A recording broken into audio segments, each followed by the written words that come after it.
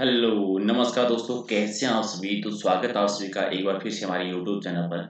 आज का टेस्ट बहुत इंपॉर्टेंट टेस्ट है क्योंकि इस टेस्ट में महिला और बाल अपराध और कंप्यूटर के मिक्स क्वेश्चन का एक टेस्ट करेंगे। टॉप 50 क्वेश्चंस हम कवर करेंगे, जो राजस्थान पुलिस एग्जाम जो होने वाला है उसके लिए मोस्ट इंपॉर्टेंट है।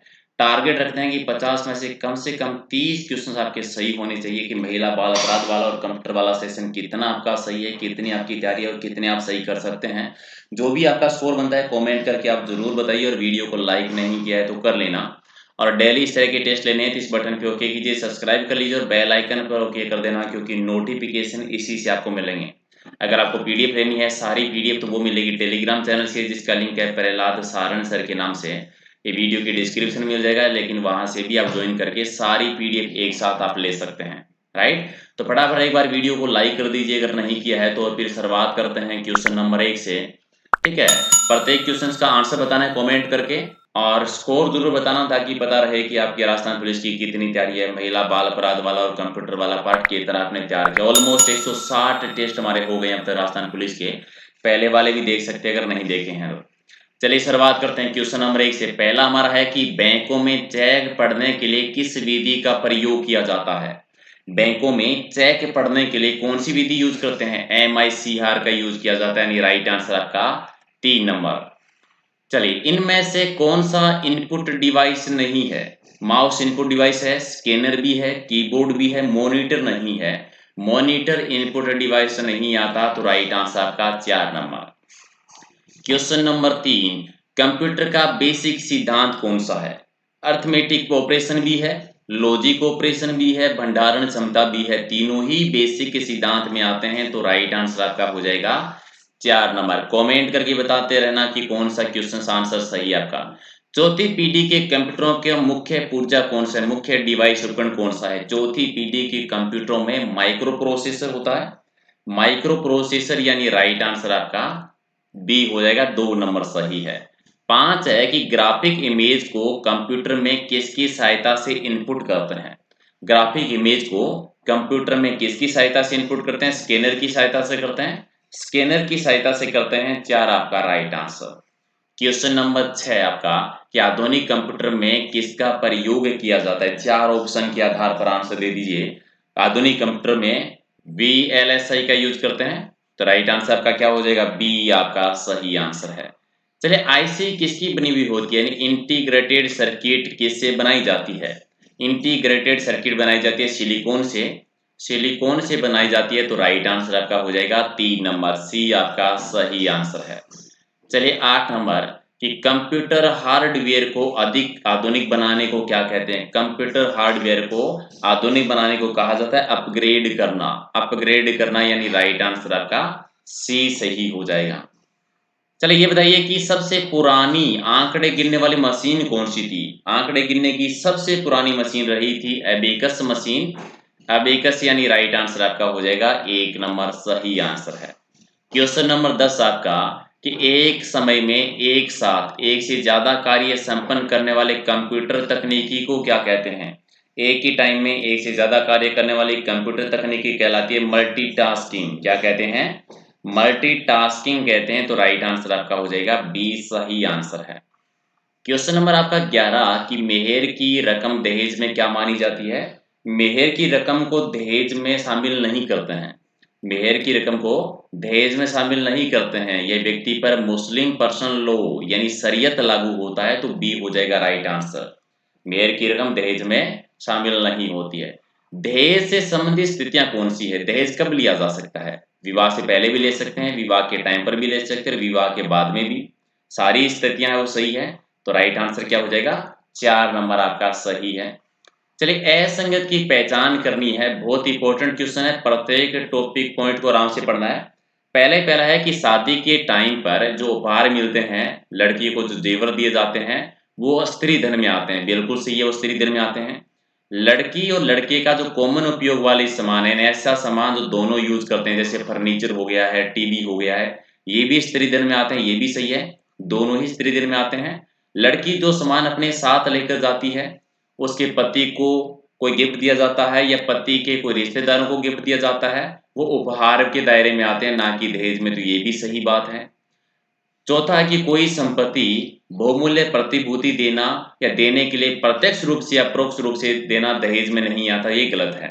ये दहेज में आता है, तो गलत हो गया डी आपका। तो राइट आंसर हो जाएगा 4 नंबर। इसमें सबसे इंपॉर्टेंट याद रखना कि स्त्री धन में कौन कौन सी चीजें आती हैं। चलिए, दहेज निषेध अधिनियम की किस धारा में दहेज निषेध पदाधिकारी की नियुक्ति का प्रावधान है। दहेज निषेध अधिनियम में किस धारा के अकॉर्डिंग दहेज निषेध पदाधिकारी, धारा 8 का बी पार्ट, धारा 8 बी में आ जाएगा, तो डी हो जाएगा आपका राइट आंसर। क्वेश्चन नंबर आपका 15 कि दहेज की परिभाषा किसमें है। यानी दहेज का मतलब है कि कोई भी संपत्ति या बहुमूल्य प्रतिभूति देना या देने के लिए प्रत्यक्ष रूप से या परोक्ष रूप से सहयोग करना, ये दहेज निषेध की किस धारा में आता है।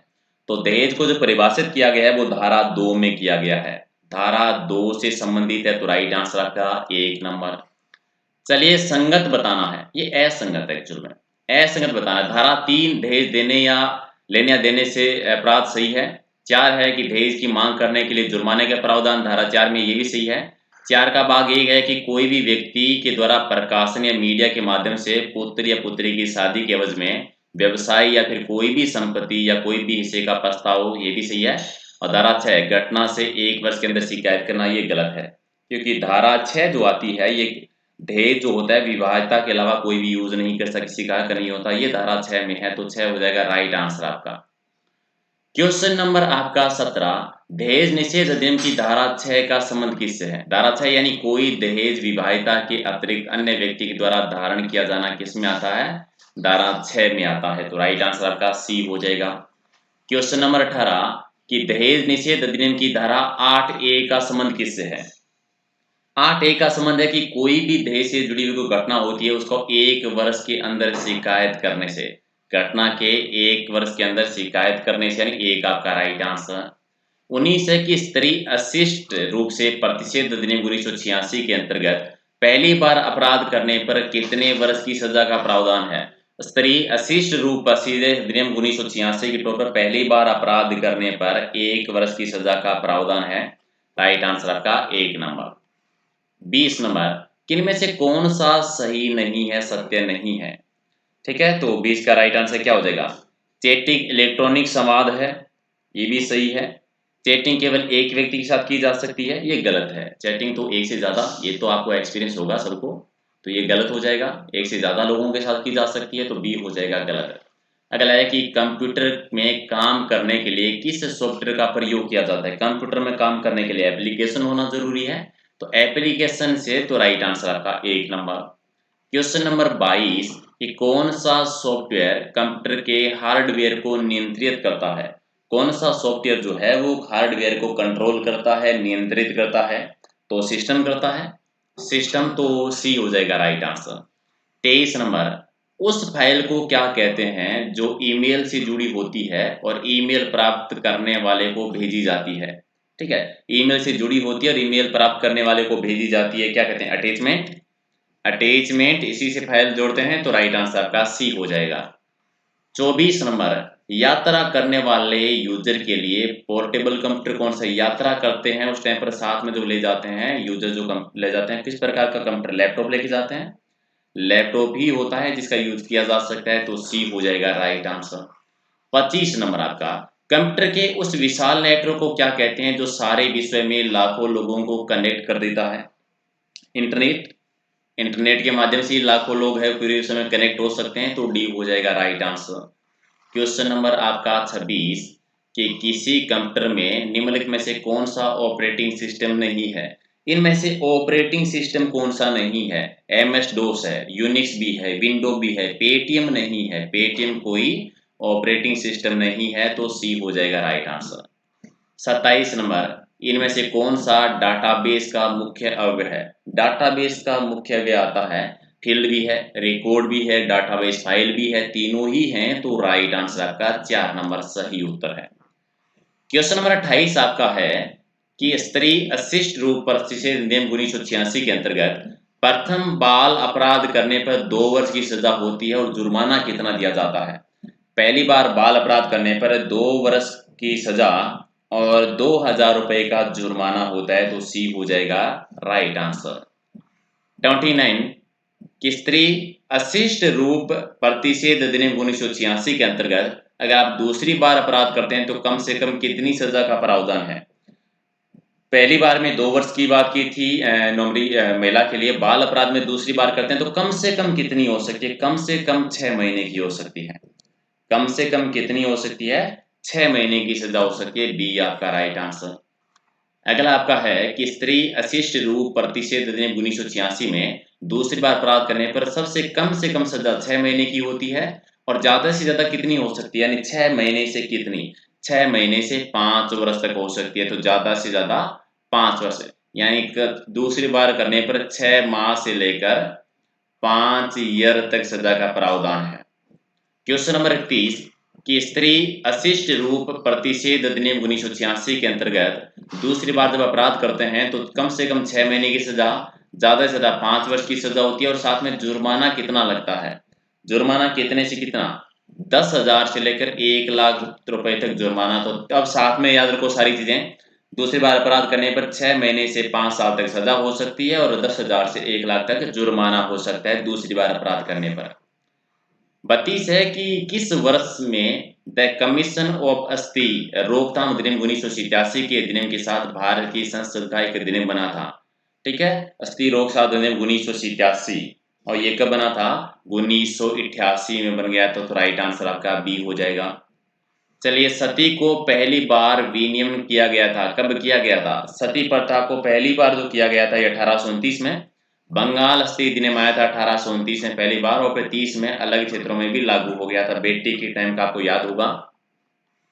34 है कि घरेलू हिंसा से महिला का संरक्षण अधिनियम 2005 कब लागू हुआ था। घरेलू हिंसा महिला संरक्षण अधिनियम 2005 ये लागू हुआ था 2006 में, 26 अक्टूबर 2006 को। सी हो जाएगा सही आंसर।